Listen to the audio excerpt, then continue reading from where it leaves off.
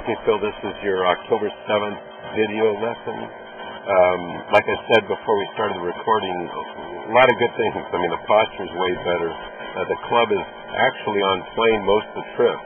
As you see, on the downswing, you kind of have a little bit of a cast with the hands, or the club head gets outside the hands, and we'll walk through it, but it's definitely better as far as being on plane. So you take it away in here, and we're kind of off plane. We want that shaft to be parallel to the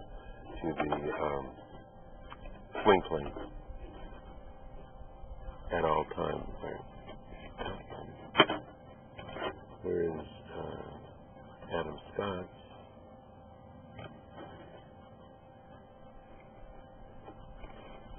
And again, the swing plane doesn't have to be one of the yellow lines. It just has to be anything parallel to the yellow line. See how he takes the club up to pass. See, the shaft is parallel to the yellow lines. This is an extra move you really don't need. So, and it came from, you've kind of overcooked the idea of getting it parallel to the line, because I think you started coming back steep, and now you kind of overcorrected, and you kind of threw the hands a bit away.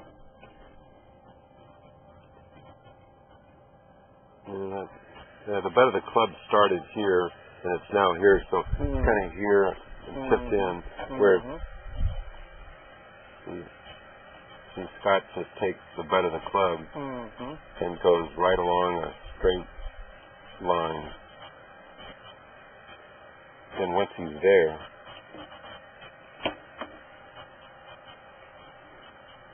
he goes straight back to this position.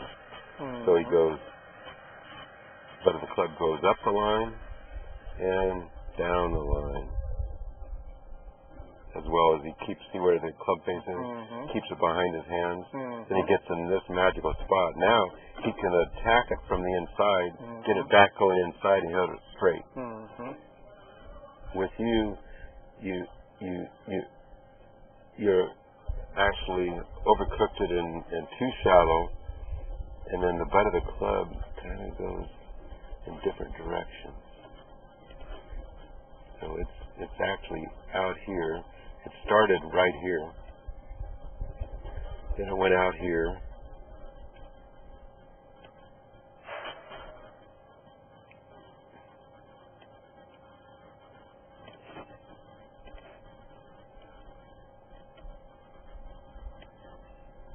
That part looks pretty good.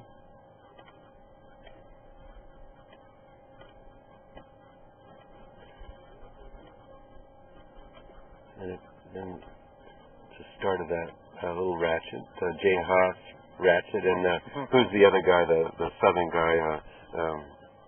Katie Holmes? No, the older guy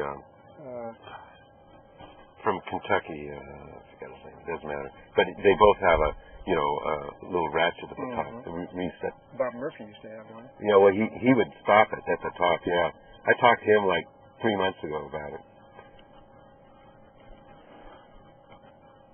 Then the club head goes along this, or butt of the club goes along this one. So that's your top of the club. But see how the butt of the club goes here, and then away. So this guy.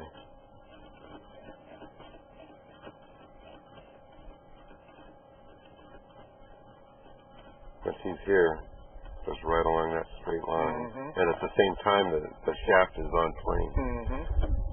So you take out all that wasted movement. Yeah, it's wasted movement. It's hard to get timing, and then you have to have a corrective movement into it. So you're up here, and this is your top position. Now, I'll draw the green line. From there, the red line's how you got there. Now the green line has got to come along about here. Whoops.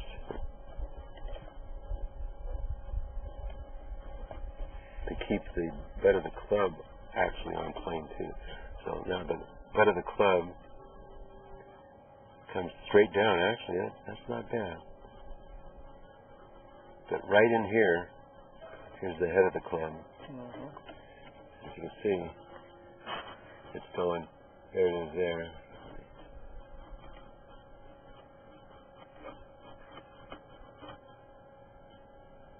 So it's right there.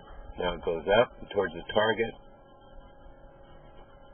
And the good guys, what's the head of the club head? Watch, it goes away from the target. See it away from the target? See it? When it goes away from the target, that shaft's all in flames. And his hands are still over his shoulders. And when he gets chest high, this is like covering his armpit.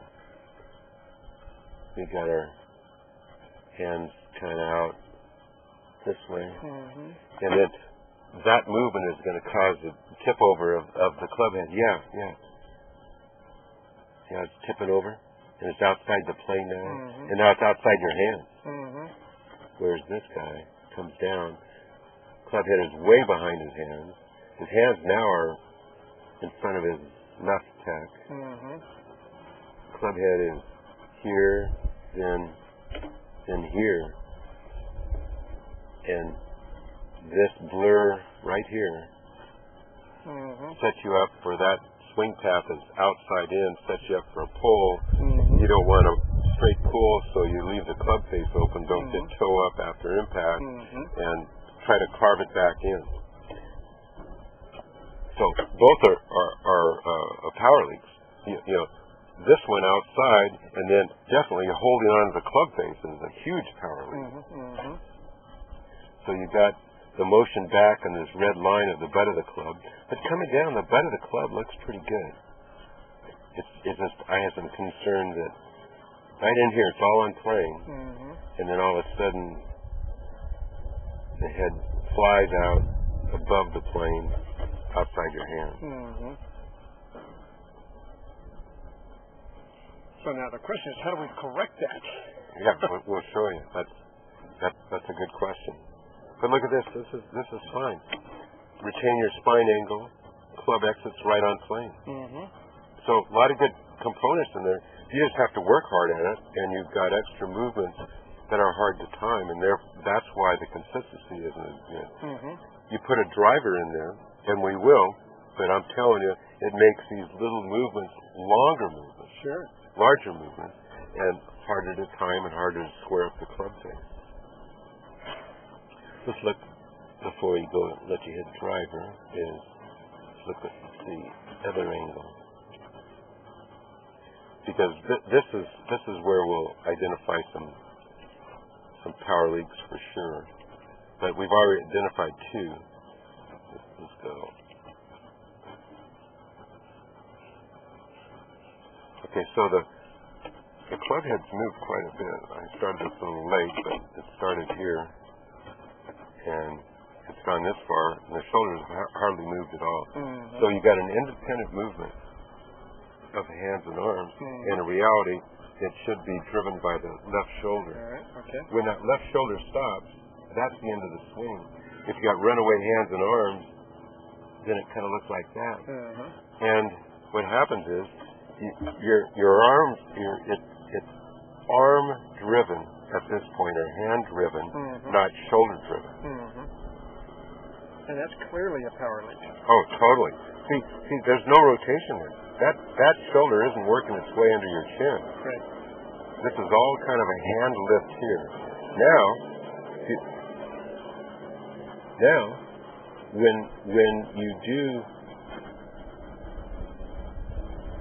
when that shoulder does start moving, it's moving horizontally, bumps into your chin. See that shadow is moving? So that shoulder's moving, bumps into your chin, got to raise your head. Head's coming back, up maybe an inch and a half, and back 3 inches. And see how you got your chin, if you're hitting this way, your chin is pointing towards the ball, and this shoulder is going to snag it more. All the good guys, Nicholas started with his head rotated away. It allows his chin to be here, but all the good ones, their chin looks like this. It as they come back, that thing rotates to get right where Nicholas starts.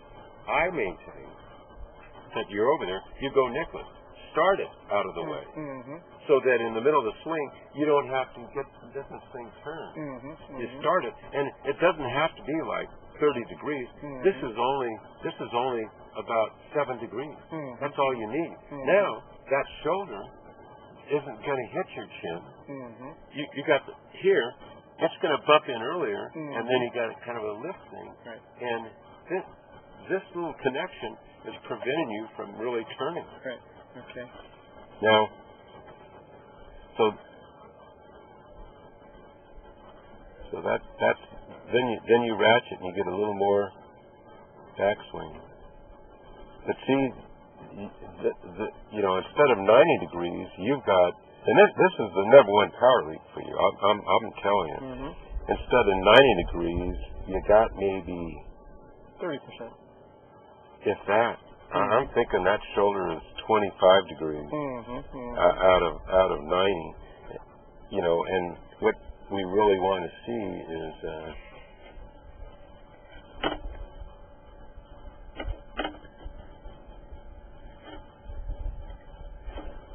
still taping it again.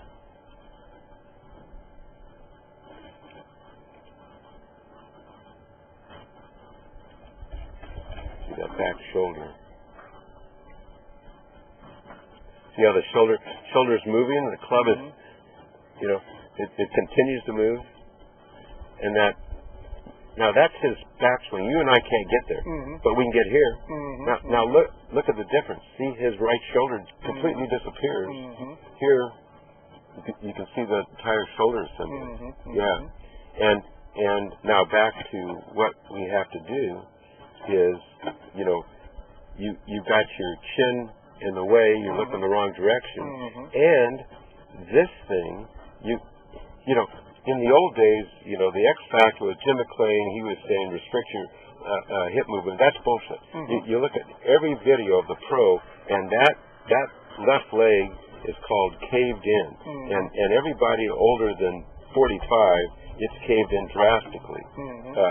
VJ Singh, it's even when he was young, was caved in a lot. So that's kind of an anchor. So I can turn like this, and then if this is caved in like it should, look at that. I get an extra 40 degrees. So you got two things stopping the backswing. This is the number one power lead. Is the shoulders getting bumping into your chin, restricting that way, and then you've got this anchor of this left knee is out. Pointed towards the target, and then then the ratchet comes in. Okay, so that's better, and look at what you got out of it. You got a bigger turn. So that's the end of phase one. This was pointed out. Then at the last minute, that caves in, and with that caving in, you buy several degrees there. But then, so it's like this. Then it kind of caves in, and that's when this happens. And what I'm saying is, turn your head, shoulder under your chin, let this go to here. Then from here, come right down the line like that. Okay. So those are the extra movements, and those are the power leads.